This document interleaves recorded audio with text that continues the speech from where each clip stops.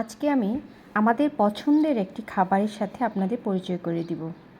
তো প্রথমেই চলে আসলাম আমাদের বাগানে কুমড়ো পাতা নিতে। আজকে আমি কুমড়ো পাতার পুলি বানাবো। পুলির জন্য প্রথমে আমি পেঁয়াজ রসুন কুচি করে নিয়েছি। আজকে চ্যাপার বদলে আমি দিব নোনা ইলিশ। তো নোনা ইলিশেরটাও কিন্তু অনেক ভালো লাগে খেতে। তো পেঁয়াজটা একটু হালকা ভেজে তারপরে আমি নোনা ইলিশটা দিয়েছি। তো এখন নোনা ইলিশটা সহই আমি এরকম করে ভাজা ভাজা করব। হ্যালো এভরিওয়ান, আসসালামু আলাইকুম। কেমন আছেন সবাই? আমরা তো আজকে খুবই ভালো আছি। খুবই মজার একটা খাবার রান্না করছি। তো এই তো আমার ভাজা ভাজা হয়ে গিয়েছে। ঠিক এরকম করেই নামাবেন, খেতেও ভালো লাগবে আর দেখতে তো অনেক সুন্দর হয়েছে মাশাআল্লাহ।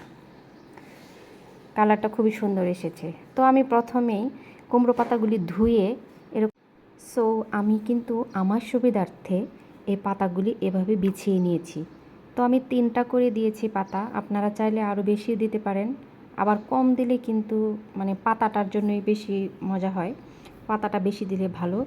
আর একদম কচি পাতা দিলে ভালো লাগে বেশি খেতে, যেহেতু আমাদের গাছের টাটকা পাতাটা। তো একদম ভাজার পরেও কিন্তু এরকম সবুজই থাকে। তো আমি পাতাটার ভিতরে এই ভাজা পোরটা দিয়েছি। তো দেওয়ার পরে আমি এভাবে ভাজ করে নিয়েছি, আপনারা যেন দেখে শিখতে পারেন, তাই আমি সুন্দর করে ভাজ করাটা দেখিয়ে দিলাম। তো আরও একটি ভাজ করা দেখাচ্ছি, আপনাদের দেখে নিতে পারেন যদি না পারেন। তো আমি এভাবেই করে বানাই, আপনারা কি এভাবে করে বানান কিনা আমি জানি না। তো আপনাদের ইচ্ছে, এভাবেও বানাতে পারেন। অনেকেই দেখি চারকোনাও বানায়, চারকোনাগুলিও দেখতে ভালো লাগে। তো এই যে দেখেন আমারগুলি ভাজা হচ্ছে।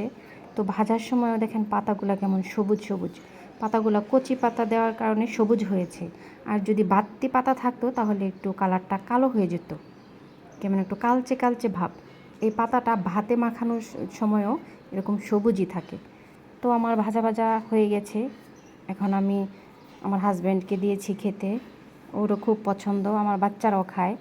তো দেখেন এখনও কিন্তু ভাজার পরেও কিন্তু সবুজ, এটা কিন্তু খেতে ভালো লাগে।